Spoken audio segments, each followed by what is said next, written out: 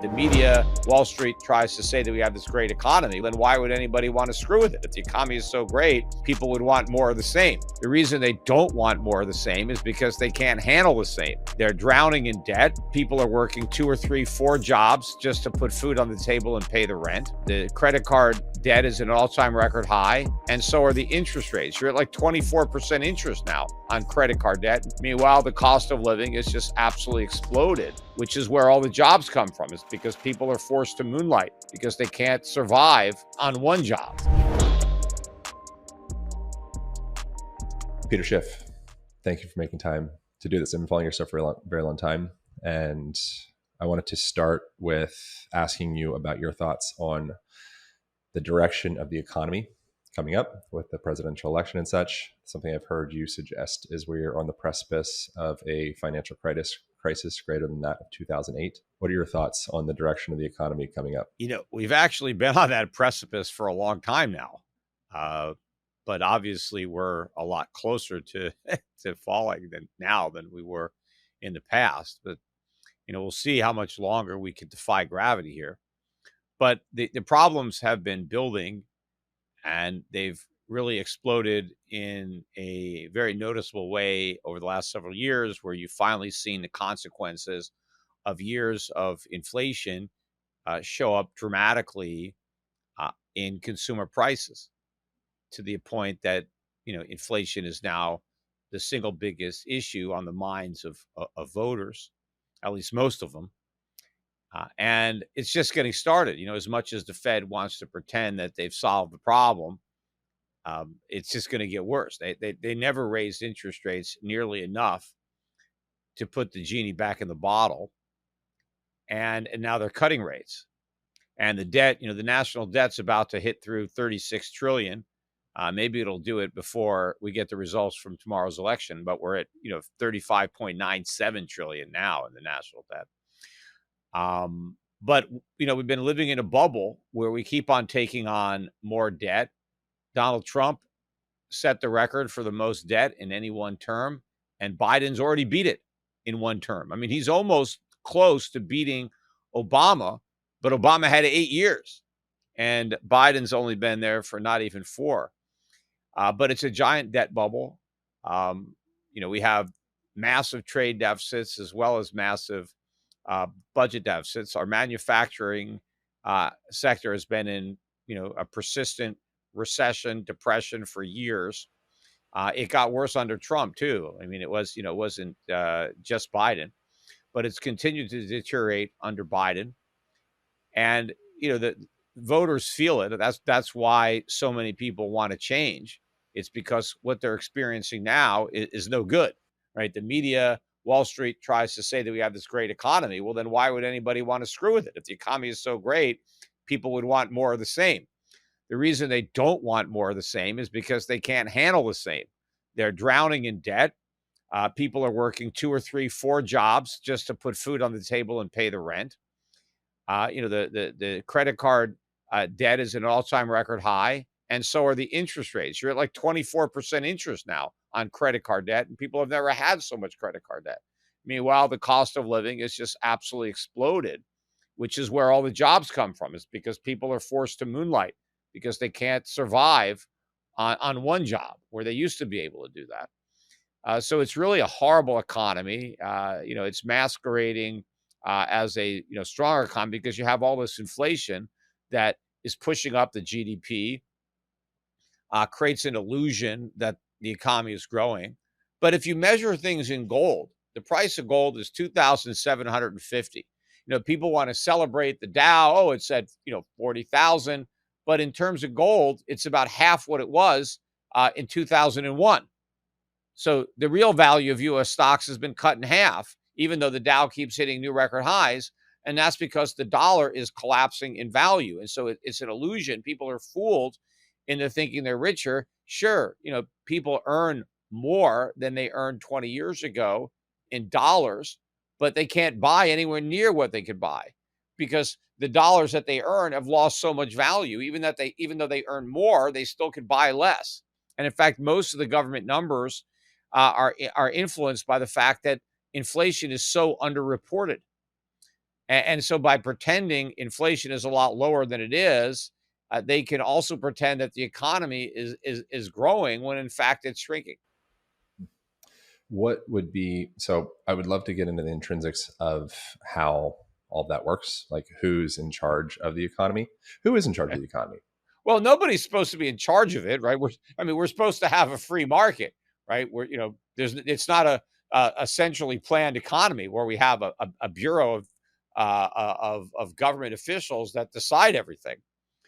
But I think the numbers were designed to, um, you know, underreport certain things and overreport others. So when it comes to inflation, the methodology for computing the price rises was deliberately designed in such a way to make the price increases a lot lower when they get reported. So when the CPI says 3%, it's probably 6%.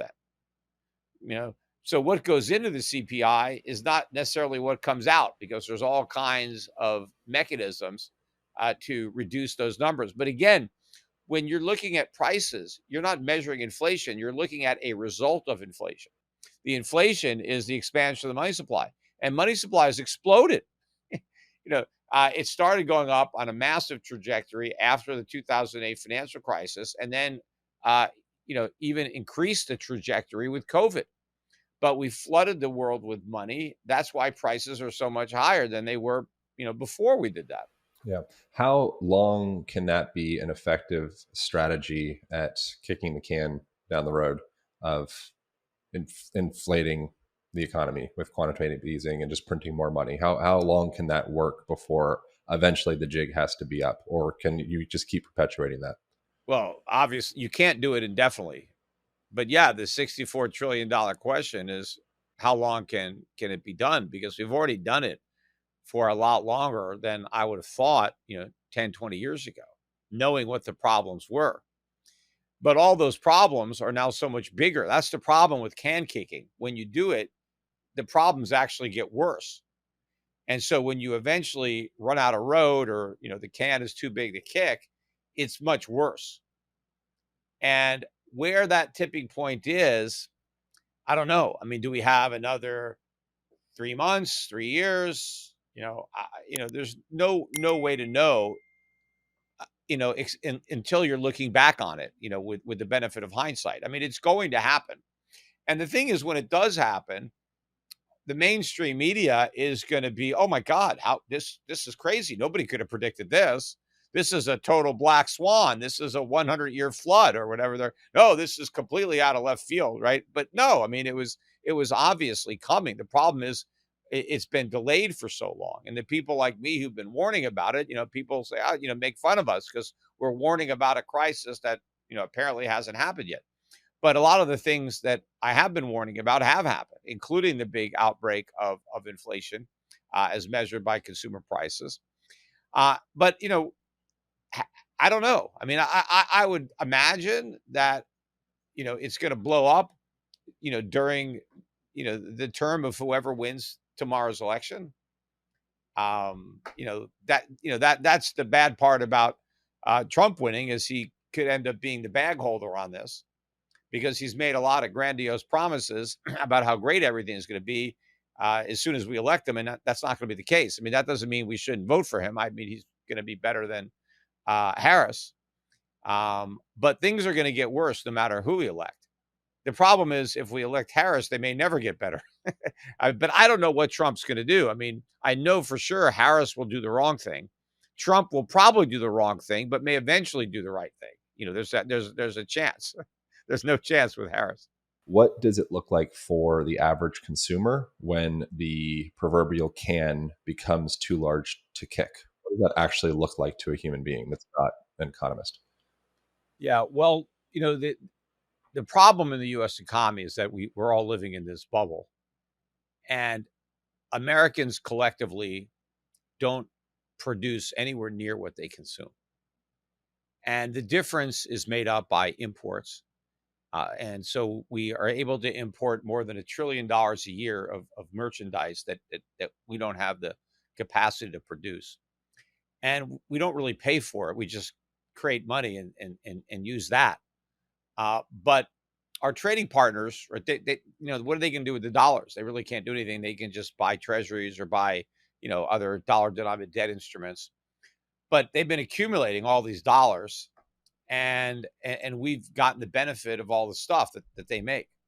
Well, I think what's going to happen is that we get a crisis where the world realizes that we're broke and we can't pay our bills. I mean, sure, we can print money, but that doesn't count because that just destroys the value. And I think our trading partners are going to start getting rid of their dollars. I think that's process has already started. I mean, that's one of the main reasons that gold is 2,750.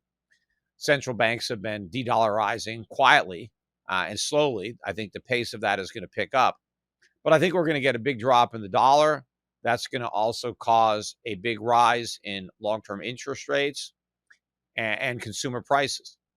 And so that's going to impact Americans profoundly because it's going to dramatically increase the cost of living in the United States. Basically, this huge foreign subsidy is going to be removed, and Americans are going to have to get used to living within their means. And unfortunately, our means have been dramatically reduced over the decades, where we've shut down our factories and replaced them with, shopping centers or, whatever we've got. And so things are going to get very expensive, which means people aren't going to buy many things. Most of what people earn is going to go to food. It's going to go to the utility bills, healthcare. People aren't going to have money left over for to buy not discretionary items, bigger ticket items, travel, do other things. They're just going to be scraping by. It's just going to be pretty austere here as a result. And a lot of people who are retired are going to find that their retirement has been cut short because they're not going to be able to pay the bills with their retirement income or savings because the bills are going to be too high in relation to what they've got. So a lot more people are going to be re-entering the workforce. I'm not exactly sure what they're going to do, but they're going to have to do something. For a person, I'm curious categorically, for a person who has, say, $10,000 saved in the bank compared to a person that has $100,000 compared to a person that has $500,000, what would you recommend for those different categories of demographic of people to invest their money or their energy at this point in time to hedge their bets for the most brightest, most optimal and safest future? Well, one of the things I've been recommending for a long time for people that just, don't have a lot of extra cash, that are just barely, making ends meet, is to stock up on things, because the stuff that you need is just going to get more and more expensive every time you go to buy it. And eventually there's going to be shortages because they're going to have price controls.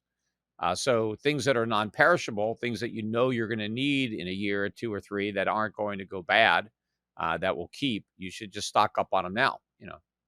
That could be, deodorant, toothpaste, toilet paper, all kinds of things, medicines. Some of the medicines though have an expiration date, so you got to watch it, because you don't want to have stuff past its usefulness. But there are things that can keep. There are a lot of food products that will keep, that you can store, and that you'll have. You could also, if you have property, you could invest in seeds, or you could plant stuff and grow things. So try to be a little bit more self-sufficient if you can, because prices are going to get a lot higher. So you think things are going to get so bad? Your bet is things are going to get so bad it's wise to go into like prepper territory. Yeah, I mean, the prepper territory, I'm not so much prepping for like a war, which although that could happen, or where like it's a big natural disaster. It's just that if stuff's going to get more expensive, right? If I could buy something now that if I wait a year and buy it, it's 20% more expensive. Why not just buy it now? That's like a 20% return on my money, right? Just go and buy the things in advance. But the other reason to do that is I think eventually the stores are just going to run out of stuff, because more people are going to be hoarding stuff. Like I'm saying, when the prices really start to go up, people will be taking stuff off the shelves as soon as it's there. But also, if you look at how the government is vilifying business owners by accusing them of price gouging, it's very likely that price controls will be imposed by the government. And when that happens, a lot of goods and services that are subject to those controls just disappear. They're no longer available to buy legally. The only way you can buy them is on the black market, which is why I also say you should have some silver coins. Go to Schiff Gold and get some junk silver, because most likely, if you have to become a criminal to buy, ordinary items, the criminal who's selling them to you is not going to take American Express or Visa. He's breaking the law, and he might not even want U.S. currency, the rate at which it depreciates. So you got to, give him real money, which would be, silver coins or things like that. But if you got more money than that, once you've taken care of, having some emergency supplies, or again, it's not emergency, just stuff that, you're going to need anyway, right? But you got to make investments. You got to figure out where you're going to invest. Inflation destroys savers and paper assets.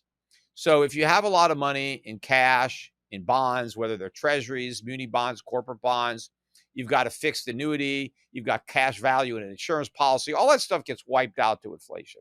You have to own real things, real assets, so real estate, stocks in companies that have real plant and equipment, real natural resources that they own, whether it's agriculture, minerals, oil and gas. I mean, things that the government's not printing, but that we have to buy, and the prices will go up. So I invest in companies all around the world that I think will do well in an inflationary environment. The owners of those assets will do well, especially outside the United States, because if I'm right on the dollar collapse relative to other currencies, just because Americans are too broke to buy stuff doesn't mean the factories producing that stuff stop producing it.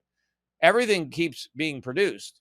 It's just that they don't ship all the stuff to America anymore, which will save them all the cost of bringing the stuff over here and then bringing the ships home empty, which is what happens now. The ships come over from Asia and Europe full of stuff, and they go back empty because we got nothing to put on there. So they'll save all those shipping costs. The stuff will stay in Asia, it'll stay in Europe. And, people, I think, in the emerging markets will just start consuming what Americans can no longer afford. But the companies that are positioned to profit from the rise of the emerging markets, that's where we're investing. I mean, Americans, are done as far as their shopping days, right? We're going to be hunkering down and living much more austere lives. Now, of course, I guess the wild card down the line is AI and how quickly this can be implemented and rolled out as far as efficiencies and productivity. But a lot of money needs to be invested to build it out, and this is money we just don't have, right? I mean, we're drowning in debt. So in the short run, there's just a lot of problems. At what point does the debt become something that is too much to hold? Because I feel like the concept of $36 trillion, like I'm too simple to even have a conceptualization of what that means. What is the difference between 36 trillion and 50 trillion and 20 trillion? Like, what does it even mean?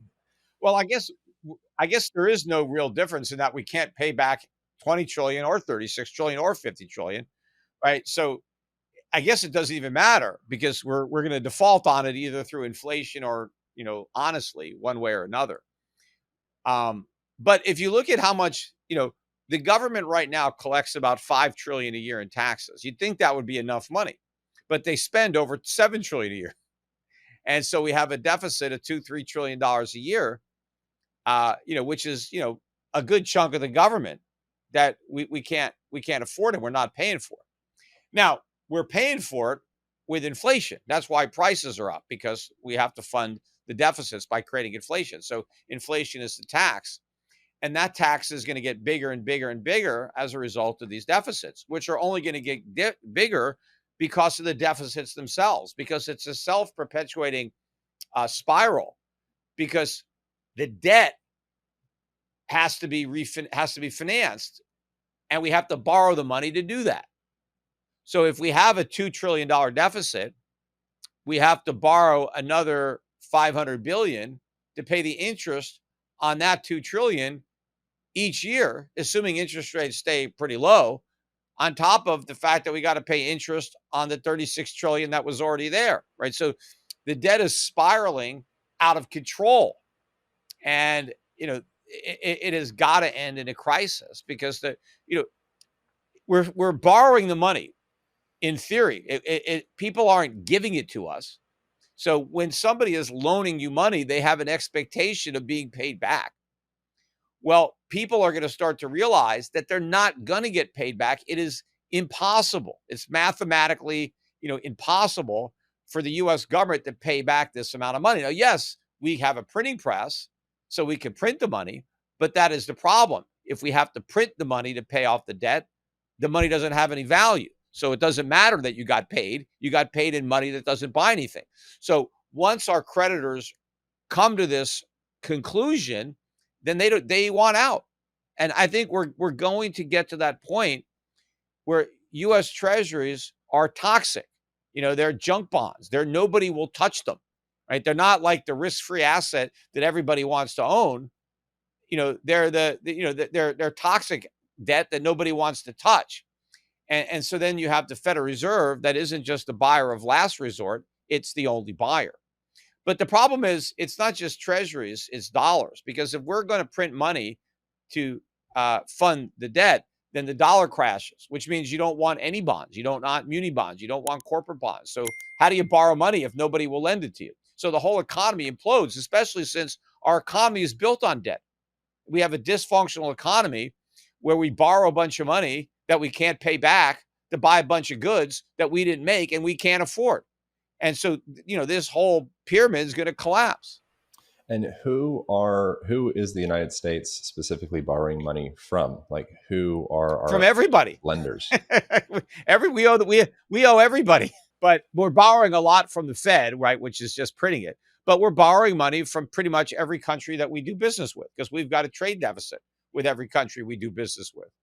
So they lend us money to buy their stuff, but we really can't pay. We can never really pay it back. It's like, Wimpy on, a Popeye, I'll gladly pay you Tuesday for a hamburger today, but he never has any money, but he's getting free burgers.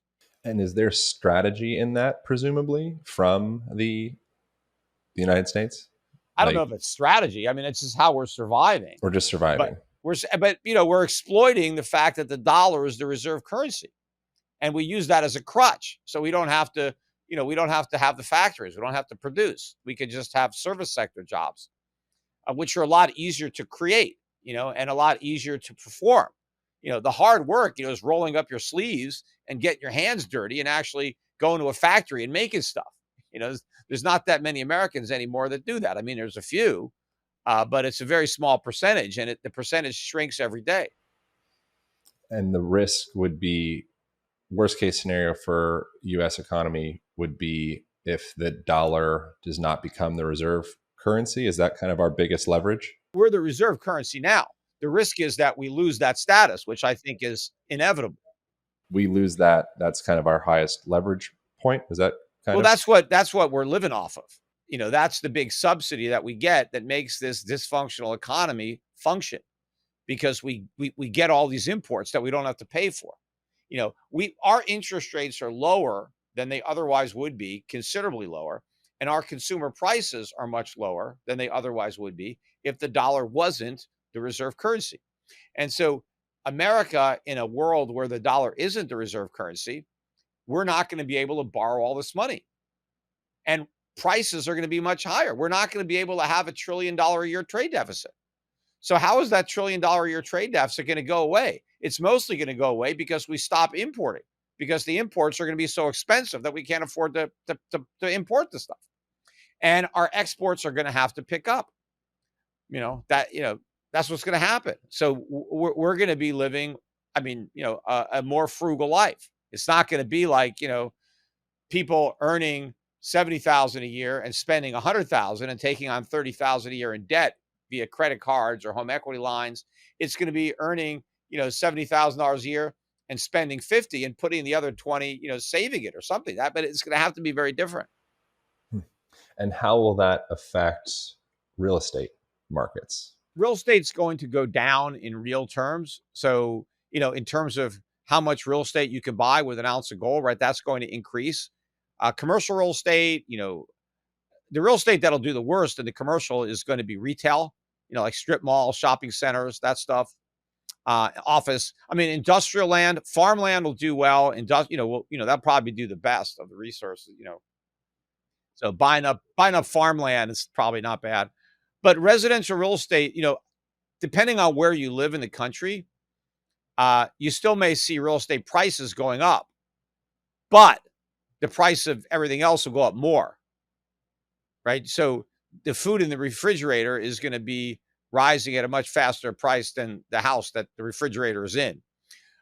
But what's also going to be rising probably more than the price of a home is going to be the cost of owning it. So your maintenance, your insurance, your utilities, right? Maybe your house goes up by 10%, but all that stuff goes up by 30%, right? I mean, so it's going to become increasingly more expensive to own a home, so in addition to buying a home. So that's going to be the biggest problem for a lot of homeowners, because, a lot of people have locked in their mortgages and they have a 30-year mortgage at 3-4%. So paying the mortgage might not be the problem, right? It's paying all the other bills on top of the mortgage that are going to be problematic. Yeah. I would think that probably sage advice for a person would be to invest in themselves and like their capacity to provide value for others. Yeah, I mean, that's always good. I mean, to build up your own skills, although it's hard to tell exactly, which skills will be in demand in the future with what's going on with AI and things. But I think right now we throw stuff out a lot, right? If something doesn't work, I mean, try to find a TV repair. You can't. I mean, if something goes wrong with a TV, you got to throw it out and buy a new one. I mean, nobody takes any, audio visual equipment to repair anymore. So maybe learn how to do something like that, because I think a lot of this consumer electronics that we're used to getting cheaper every year is going to go way up in price because of the dollar crash. And so, if you know how to fix some of this stuff, I mean, when you could buy a new television, for $600, it's better than the one that you spend $1,000. You're not going to spend $200 to fix it. But if it costs you $5,000 to replace it, maybe you'd spend the money to, $500 or $1,000 to repair it or something. So yeah, so there'll be a lot of things, that people could try to do, or businesses that will do well in a bad economy. You got to try to figure out, what goods and services can I sell when people are poor? But I don't, and it's hard to say how long this downturn is going to last. A lot of it depends on the policy response. I mean, the government certainly has the ability to make things a whole lot worse. They can't make it better. All they can do is get out of the way and allow the free market to make it better, which, would happen. But it's very rare these days for the government to ever get out of the way, because that's not what politicians want to tell the voters. Like, what's your solution to this problem? Well, I'm going to do nothing and I'm going to let the market solve the problem. That's not what the voters want to hear. They want to hear, what are you going to give me?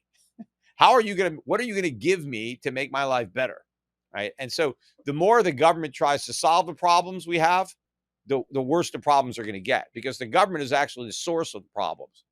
And the thing that they could do is get out of the way by cutting regulations and cutting government spending, so the government is a smaller burden on the economy. But what generally happens during a problem is the government increases the weight of that burden. We've been able to bear that weight because of the dollar status. So we've been able to push off the cost on the rest of the world. But when we can't do that anymore, we're going to have to bear the full brunt of that weight, and we're going to see exactly, how heavy it is. In simplistic terms, why does the government interfering with the economy in the form of probably subsidies and things of the like actually end up being deleterious for the future of the economy? Well, the way the free market works is you have a profit motive and you have competition and supply and demand. Then you have these market forces that work to allocate resources, capital, land, labor, to their highest and best use to best satisfy the needs, the demands of the individuals that comprise the economy. So you always get an efficient allocation when market forces are guiding everything. But whenever the government comes in and tries to micromanage, centrally plan a different outcome, then you have a less than optimal allocation of resources. The politicians don't know. Uh, and so money ends up going, capital ends up, labor goes to places that it shouldn't. But the other problem with government is it just layers all sorts of unnecessary costs on top of an enterprise. If the government stays out of the way, you can be efficient. But when the government comes up with all kinds of rules and regulations, you got to spend time filling out forms, complying with stuff, hiring people in compliance, dealing with regulators and auditors, and all this stuff. Just makes you a lot less productive. And people would think, well, but aren't these regulations necessary? Doesn't it protect the consumers? Doesn't it protect the environment? And usually they don't. They're just justifying the jobs of the bureaucrats. So we have this whole bureaucratic class that's like a parasite on the economy that we have to support.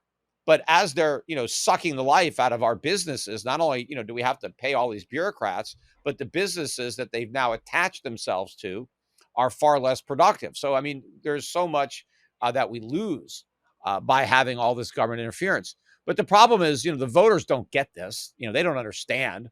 They think they're getting something for free from the government. They think, that businesses are gouging them or exploiting them, and they need the government to protect them. It's all a bunch of nonsense. But that's how they get elected. That's the problem with democracy. That's why we're not supposed to be a democracy. It's unfortunate that we've devolved over the decades into the democracy that we have today. Everybody says, oh, who's a threat to democracy? I wish we had a threat to democracy so we can go back to a republic, because we need to protect ourselves from a democracy.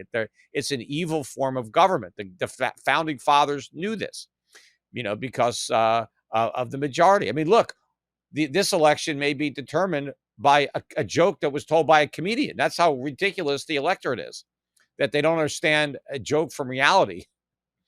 I mean, so many people vote that are clueless about how an economy works. They just vote for whoever they think is going to give them free stuff, and it's a disaster. Yeah. And what is the differentiation between a republic and a democracy? Democracy is what is the difference between the two? Well, I know there's a joke. A democracy is two wolves and a lamb voting on what to have for dinner, and the republic is a well-armed lamb challenging the vote.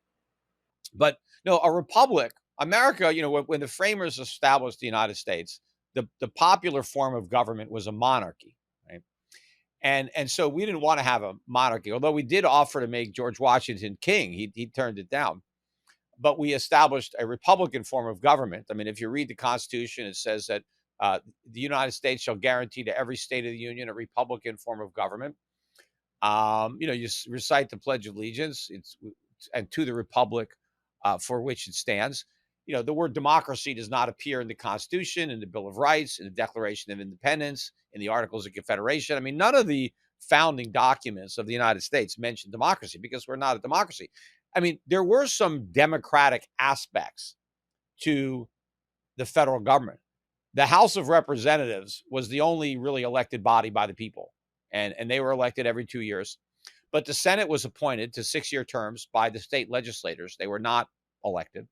The president was not elected by the people. We actually had an electoral college that was supposed to, right, elect the president, not just rubber stamp the popular vote, but actually decide who they wanted to vote for. It was supposed to be a separate group of people that decided who the president and who the vice president would be, not the public. But of course, early on too, even the votes, like let's say, okay, yes, we voted for the representatives, but you had to be 21 to vote in pretty much every state. By the time a man was 21, he'd probably been out of home for 8 years. People went to work at 12, 13, 14. By the time of 16, got married, right? You live on your own. You have a couple of kids. I mean, 21 is like 35 maybe today. So people had a lot of experience. Women couldn't vote. It was just men, because women didn't, generally stayed at home. So they weren't involved in the economy as much. So they weren't expected to know as much about the issues. You had to pass a literacy test in most states. You had to pay a poll tax.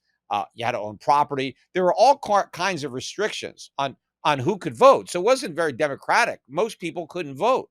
In fact, voting is not considered a right. No, there's nothing in the Constitution, the Bill of Rights, that says you have a right to vote. Voting was always considered a privilege. And so not everybody got the privilege because they didn't want to elect a bunch of morons like Kamala Harris, right? They didn't want people voting for Kamala Harris. So they were, but if you look at the way our government works, even if the House and the Senate pass something, the majority want to do it. One man, the president, just vetoes the whole thing, and then that's it. Doesn't happen. That's not democratic. One guy can veto it. Now, in order to override a veto, you need 2/3 majority. That's not majority. That's not democracy. You need a big number. And then even if Congress passes it and the president signs it, the Supreme Court, 5 justices on the Supreme Court out of 9 could say it's unconstitutional, and there goes your law, right? So the whole idea, it wasn't like a democracy would be, hey, that sounds good, let's vote on it. And whatever the majority wants to do, you do it. You just put it to a vote. But we're a constitutional republic. We have a constitution that severely limits what the government can do. Doesn't matter how many people want to do something, you can't do it because the Constitution forbids it. So, just because we have some aspects of a democratic process where the majority of the vote will determine the outcome of the House, we were not a democracy in that sense. We were a republic. But over the years, we've become more and more democratic. And that's unfortunate because that, now we have an enormous government that does all kinds of stuff that it's not supposed to do. Yeah. Do you feel there is a time when the United States will go back to some form of gold standard or some form of standard at all? Yeah. I mean, I think that the experiment in fiat money that began a little over 50 years ago is going to come to an end, and it's going to be a complete total failure. Could you explain in also like the most simplistic of terms what happened with that for a person that's not familiar with the transition away from the gold standard and how that affected economy? Yeah, well, when the country was established, 1789, the first coinage act, the dollar was defined as a certain number of grams of gold and silver. So what a dollar really was a weight. It was a weight of gold and silver. You had to have a certain amount of gold, and if you did, then that was a dollar. A certain amount of silver equaled a dollar. And that was our money. Gold and silver were money. We didn't have any paper notes, currency, other than during the Civil War. They issued some paper currency that was backed by real money, gold and silver. That went away. And it came back in 1913 with the establishment of the Federal Reserve. But the Federal Reserve was a private bank. But it issued Federal Reserve notes that were redeemable in real money, which were dollars, which were gold and silver. Federal Reserve notes were, backed by and redeemable in gold and silver. And Roosevelt changed that in 1933. He said that you could no longer get gold for your Federal Reserve notes. You could still get silver. You couldn't get gold. Then they, in 1964, Johnson took the silver out of our coinage and replaced it with nickel and copper. But 1971 is when Nixon closed the gold window. After Roosevelt said that Americans couldn't get dollars for their Federal Reserve notes, gold, foreigners were still able to do that. So, if you were a French central bank and you had Federal Reserve notes, you could still come to the Fed and get your gold. But that stopped in 1971. And ever since then, we just have paper money that we could print. There's nothing backing it up. Nobody could ever take our notes and say, hey, I'd like real money for this. No, there's nothing behind it. It's just fiat. It's a piece of paper. And that's been going on. But, you can't have a monetary system without money. And this piece of paper, not money. Money's got to be a commodity. It's got to be a good. That's where it comes from. I mean, gold is a precious metal. Gold is the most useful metal on the periodic table. We do all sorts of things with gold. And gold is very scarce. And so it's useful and scarce. That means it's very valuable. But it has a lot of properties that make it work great as money, right? And other commodities have been money over the centuries, but gold has just worked the best. But what we have now is a cheap substitute for actual money, and it doesn't work because it's not a store of value, and the government could just create it, out of thin air and destroy its value. So all these fiat currencies end in hyperinflation. The world is littered with fiat currencies that no longer exist. Right. I mean, there's a lot of currencies that had a lot of value at one point in time that are completely worthless. I mean, some of them have some value as a collector's item, right? But not as real money. But yeah, I mean, so I think we're going to go back to real money. I think that this period of time is going to be an aberration. A thousand years from now, when they look back, and they study history, and the period of fiat currency is going to be a small period. It's not going to, we're going to be back. Now, people think, oh, it's just going to be Bitcoin. That's the future. Those guys are dreaming. They want to, Bitcoin will be an even smaller footnote than fiat currency. How much steam do you think the concept of cryptocurrency and Bitcoin has from your bias, which you're obviously very not a fan at all of crypto and a big fan of gold, among other things? Yeah, I don't think Bitcoin can deliver on its promise. I don't think it could ever be money. And since it can't be money, I don't know what it can be. I mean, people are saying, well, it doesn't have to be money. It could just be digital gold. But what makes it digital gold? First of all, we don't need digital gold. We need real gold, right? Digital gold can't do anything. I can't conduct electricity with digital gold. I can't make jewelry with digital gold, right? It's like saying, well, digital food. Well, I mean, what good is digital food? I can't eat it. There's no nourishment there. But is the value of gold based off of the story of gold, or the actual inherent value that it has for being a conductive metal that doesn't oxidize and you can use it on spaceships and such? Or is it more based around the story, which ultimately is comparable to crypto in the sense that it's the reason it has a value is all based around the story? Also, fiat currency, the reason it has value is all based around the story. Like the actual inherent value of the precious metal gold, I don't know that is consistent with the $2,700. Yes, that's all about a story. That's all about belief and faith. There's no actual value in paper money. I mean, there's some small value, but not much. I mean, I guess you can burn it, right? If you're, so, it's not very good as toilet paper because it's not that soft. But I suppose if that's all you had, you could use it, right? But Bitcoin doesn't even have that value, right?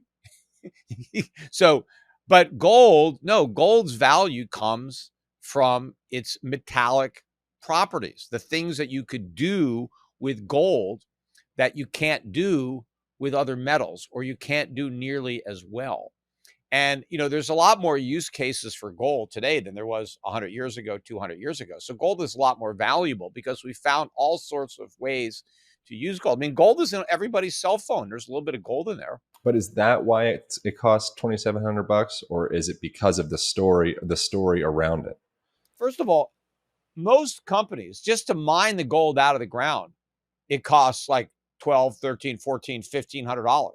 So, I mean, just if you figured out, well, what should gold be priced based on the cost? But not all mines. There's a lot of gold deposits that it will cost more than $2,700 to get that gold out of the ground. It's an expensive process just to mine it.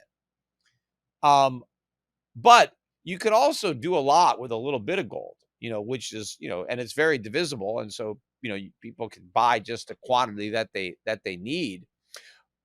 But gold really hasn't gone up in price. I mean, if you talk about, gold's $2,700, when I talked about the Coinage Act of 1789, gold was $20, and gold stayed at $20 from 1789 to 1933. Gold was $20 for all that time. And then it stayed at $35 from 1933 to 1970. It's really just started going ballistic recently. And that's not an accident. That's because we've started to print all this money. You could have still bought an ounce of gold for under $300 in 2001. Gold is the same. The dollar is not. The paper money is worth a lot less because we've radically increased the supply. And so if you keep doing that, right, you're going to need more and more dollars to buy 1 ounce of gold. And so right now you need 22,750. Soon you'll need $10,000 to buy an ounce of gold. But again, it's the same ounce of gold. It's just that the dollar is so much less valuable. But all the prices are going up. Again, just go to the supermarket, see what stuff costs. It's not just the price of gold. The price of everything is going up. And the price of stocks have gone up. The price of real estate has gone up, right? All these prices are going up because we're paying for everything with money that's losing value. Or not even money, just fiat paper. Would you be able to steel man the value of Bitcoin or crypto, or just maybe just Bitcoin? Or if you had to steel man that, how would you steel man it?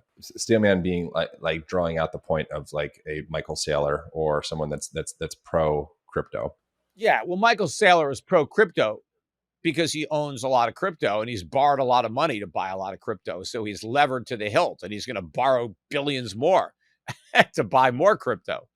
But the technology of crypto, because I think that's, and then also the scarcity of there's only a certain amount of Bitcoin that will be created. So it's just a game. It's a made up game, but it's also a medium of trade that may or may not be more efficient than what we're presently utilizing. Well, the problem is nobody actually needs Bitcoin. And there's thousands of other crypto tokens that nobody needs either that you could buy. Doesn't matter that there's 21 million Bitcoin. There's, so many other things that you could buy that are, that are just like Bitcoin. I mean, it's just a brand. It's just a name. But what people buy when they buy Bitcoin is the hope that it goes up and somebody else will pay more. I mean, it's not, you don't buy Bitcoin because you want to use it as a medium of exchange. It's a very inefficient medium of exchange. It's very slow and expensive. But why do people buy gold? If you don't work for NASA, or if you're not an electrician? Okay, you buy gold because you need it. You're a jeweler right here. Here's a gold ring that I got that's made out of gold. There's, gold in this watch, right? So the Rolex had to buy some of this gold. But the value of that's based on a story. If that story shifted, it wouldn't be valuable anymore. No, because gold, gold, if you take a gold watch in the water, it's not going to tarnish. It's fine. It's like gold. It's pretty. It shines. Nice. Even if you have like a silver, it's tarnished. You got to polish up your silver. You don't have to polish gold. But gold is real metal. It does all kinds of, there was recently, we sent a spaceship, not a spaceship, a big telescope into space. And it had these gigantic mirrors to work this telescope. And they had to coat them in gold because it was the only way, I guess, that they could get through the atmosphere or not. They needed to be coated in gold. And so, because gold could do things that you can't do with other metals. And even if somebody buys gold and has no intent of using it for anything, they're storing it for somebody who's going to use it in the future. That's why it's a store of value. If I have gold, I don't have to use it. I can store it so somebody else can use it. But nobody uses Bitcoin. You just hold it and then you try to sell it to somebody else. And they try to sell it to somebody else at a higher price. It's just a greater fool. That's all it is. There's nothing special about it. I don't have like a particular opinion on this either way. I'm really genuinely curious, and I'm only kind of playing devil's advocate because you're so pro gold. So my mind's going in that direction. Well, I've been pro gold before Bitcoin existed. Gold is real money. Gold's in the Constitution, right? So gold's been around for a long time as money. It's the only legal tender constitutionally we're supposed to have. But things can change. Like if you go to Roman times or West African times, at one point, like I already know, the meaning of salary means to give salt. It's like sol something. So what happened to salt? Now you can buy it at a minute stop. Yeah, salt actually has real world value. It's not a great form of money. What happens if the wind blows and there goes your money? It's a windy day and you've lost your savings. But at least, salt's better than Bitcoin. I can put salt on my food, make it taste better, right? Bitcoin, look, cigarettes are way better money than Bitcoin. Even though I don't smoke, right? I somebody smokes, or someone's going to want my cigarettes because there's an ultimate end user for cigarettes. What about the technology as a decentralized medium of exchange? Like you think of all of that, everything, like removing the middleman, like every time you spend a credit card, it's going through all these different middlemen and all these people are taking a little bit off of that. Just people having something where they can exchange currency, energy, But I whatever. already can do that without Bitcoin. I mean, there's all kinds of payment platforms, that you have: Venmo, PayPal, Zelle. You got Alipay. All these other, where you just can easily pay money quickly, cheaply, and then people can use Visa, MasterCard, American Express. I mean, all these things are more efficient than trying to pay for something, with Bitcoin. And you can't really price things in Bitcoin because it's too volatile for you to fix a price in Satoshis. But even to just use it to pay for something, and nobody does. I mean, it's just people just hold it. The country of El Salvador does. Not really. They're all using dollars. They're not. No, they The do. people are. That's. I was just there like a month ago, and that was one of the things. I actually didn't have current. I don't remember. I didn't have. All I had was a credit card, and they're like, "Oh, we don't do credit cards. We either do cash or crypto." And they're like, "Oh yeah, everybody uses crypto. You get download There's a bunch of different types of apps." So it actually is working very seamlessly in El Salvador right now. At least in the place that I was. I don't know about like the entirety of all of El Salvador. I think most merchants, are not utilizing it. It's a lot more hype than it is reality. But El Salvador, I mean, that's one little teeny country. I mean, Bitcoin's been around for 15, 16 years, right? It's not like, it's around a lot of countries where people, just small pockets where, they're trying to hype it up. They're trying to get the crypto industry to come down there. That's really what they're interested in, having money come in and rent office space and hire people and, stuff like that. But I said, at the end of the day, it doesn't matter about the technology of blockchain. But as with gold, and you don't even need a blockchain for gold, but I could tokenize my gold, and now we can, I can use gold to pay for stuff a lot easier than I could use gold or Bitcoin. And you don't even need a token. The custodian could just create an app where ownership of gold is evidenced on the app, and I can instantly pay somebody by sending my gold anywhere in the world, instantly, inexpensively. So we have a lot of technology today that enables us to make gold a much better medium of exchange than it's ever been. Much faster, much easier. In fact, you don't even need, when we were on a gold standard, you couldn't use gold really for small transactions. So that's why we had silver. That's why we had copper, nickel. We used, other metals. And, but now, we wouldn't need that. I mean, you could buy, penny candy. Not that you could buy candy for a penny anymore anyway, but at one point you could buy a lot of candy with a penny. But you could buy it with a gold. I mean, you could spend a fraction of a gram of gold with the technology that we have now that didn't exist 100 years ago. So Paul Tudor Jones, I'm sure you're familiar with Yeah. him, and he's one of the, like a quote that he said is, "All roads lead to inflation," which you agree with, and then he's long on gold and Bitcoin. What is he smoking that he is long on both gold and Bitcoin? Why is he confused? Well, I don't know that he's confused or not. He may be just a trader. I didn't say that Bitcoin couldn't go up. And Paul Tudor Jones trades for a living. He places bets. I know he has more money in gold than Bitcoin. I think a lot more in gold than Bitcoin. So I think he views Bitcoin as a trade, because he thinks that if inflation really picks up, that there could be a rush into Bitcoin and he'll be able to sell his Bitcoin and make a profit. I mean, that's my guess.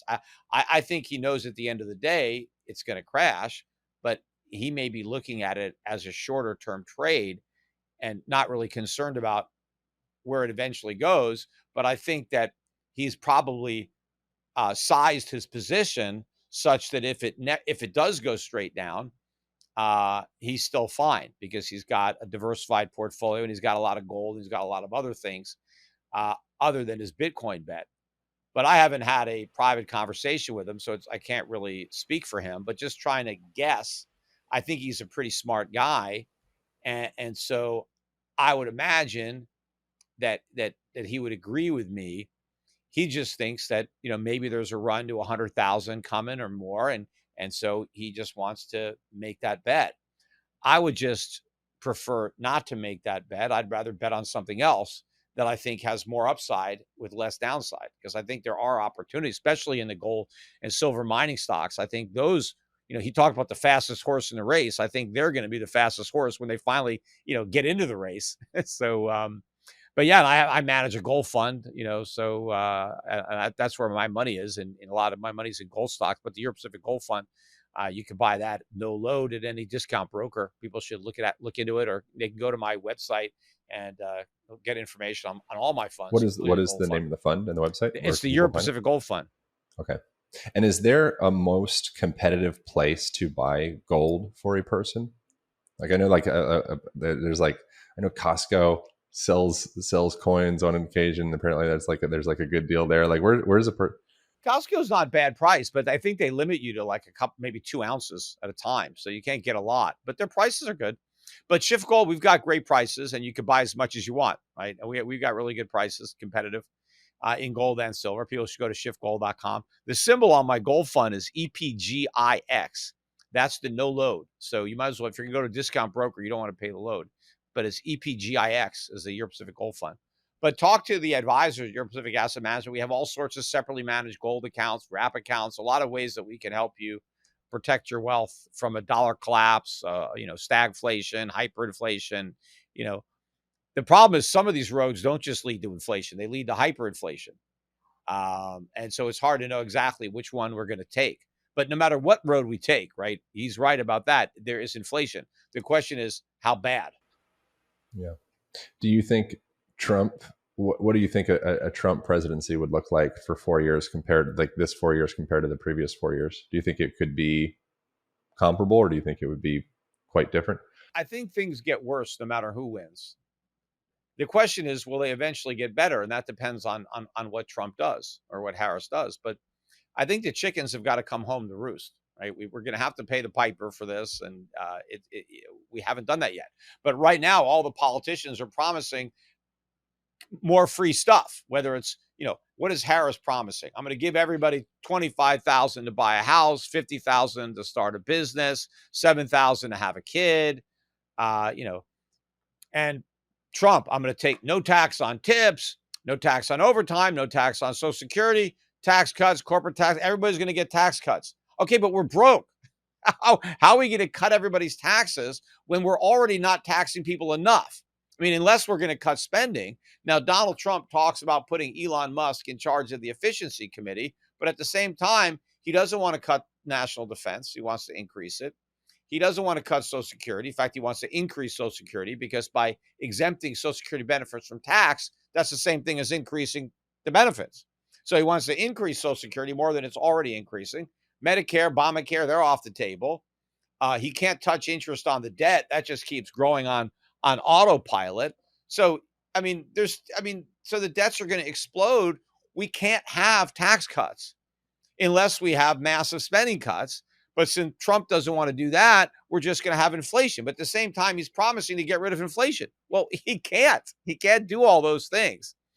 But at this point, it doesn't matter because they're just trying to get votes, right? So you just say, it's like, used car salesmen, right? They're just going to tell you whatever they have to tell you to get you to buy the clunker that they're trying to unload. I wonder on this day, November 4th, 2024, how long would you, if you were betting, how long would you bet before crypto, based on your bias, goes to, zero, or like the jig is up with crypto from your perspective? Zero could take a while, because even bankrupt companies, they go to the pink sheets and people still trade them. I mean, they have no value.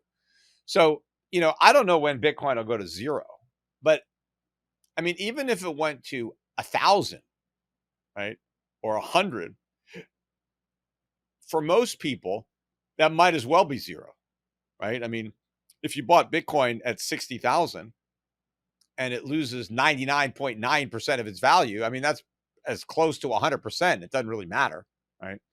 So I don't know when it's going to zero out for sure, because there'll always be people, willing to trade it and willing to speculate. It's going to come back. It's coming back, But I think it's going to have a huge crash. In fact, I said on my podcast recently, if I actually believed in Bitcoin and I wanted to buy it, my strategy would be to own no Bitcoin now. I want to get rid of it. And I want to wait for MicroStrategy to go bankrupt, which I believe they will. And they're going to have to sell all their Bitcoin And once they're bankrupt and they've dumped all their Bitcoin on the market, then maybe you could buy yours if you're bullish on Bitcoin. Because I don't think we're going to the moon with Michael Saylor on board. He's going to have to get flushed out of this market. And everybody thinks, oh, he's the king of Bitcoin. He's going to be the richest man in the world. He's not, because he's the most leveraged man in the world. And it's a two-way street. It works great when the price of Bitcoin is going up, but the price of Bitcoin is going to be going way down, and he's not going to be able to repay the money that he borrowed. And the creditors are going to take over the company, and they're going to unload that Bitcoin. And who knows where the price is going to be when that happens. But, after that happens, if you want to take a position because you really believe in it, all right, then all the, the speculative, dead wood has been swept out of the market. Do you foresee gold taking another dip as well? Or do you feel like? Not a significant dip. I mean, I don't think we're going to see gold below 2000 again. I think we've passed that, for good. But could gold go back down to 2,500, 2,400? I suppose it could. It's 2,750 now.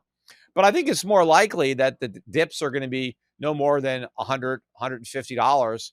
I think we're just going to keep making new highs in the price of gold, because we're making new lows in the dollar. We're making new lows in the euro, making new lows in the pound, in the yen. All these central banks are debasing their currencies.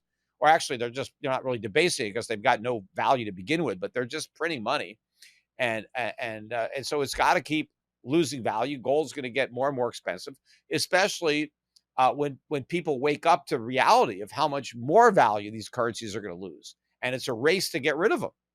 And when you're trying to get rid of your dollars or your euros, what do you buy? As I said earlier in the podcast, there's a limit to how much food you can stock up on. I mean, what are you going to buy? You could buy gold, because then you can figure out what you're going to buy later. If you have gold, you can buy anything you want in the future, because you can trade your gold for food. You can trade your gold for whatever you need. And so that's where people are going to go. And then the price is going to start spiraling even faster than it has been. Yeah. And you foresee probably the stock market taking a pretty large hit. That's kind of like Warren Buffett is. In gold terms, yes. I mean, I think Warren Buffett is stockpiling cash, and he should be stockpiling gold. I think he's wrong. I mean, he's correct in that stocks are overpriced, but he should not be sitting on all those US dollars. He should own real money. Well, he's waiting for probably everything to fall apart and then to rebuy everything back on a discount, I'd imagine. Right. But he could rebuy it at a bigger discount if he had gold to pay for it. But the risk he has is that we have hyperinflation, and he can't buy any of that stuff back because the currency is worthless. Well, I appreciate you, man. Thank you so much for getting it. Like I said, I've followed your stuff for a long time, and it's a real honor. Well, take care and keep it. If your listeners don't know, I got my own podcast, The Peter Schiff Show. I do 1 or 2 a week at schiffradio.com and on my YouTube channel. So people should make a habit of listening. Also, follow me on X. I went over 1 million followers not too long ago, and so I post quite a bit on that platform. Amazing. So you should follow me there. And then if people do want to get gold through your Schiff Gold, just call it. Just go to schiffgold.com. My last name, SCHIFF gold.com. There's a toll-free number right there. Or you could just fill up your shopping cart and check out. We've got all my recommended gold and silver products right there, easy to see. It's not complicated. We don't try to sell you, numismatics, semi-numismatics, and rip you off with these fake collectibles. You just want to buy pure bullion as close as you can to the spot price. Awesome. Amazing, man. Thank you so much. All right. I appreciate you. Thank you for tuning in. That's it. That's all. I'll see you next week.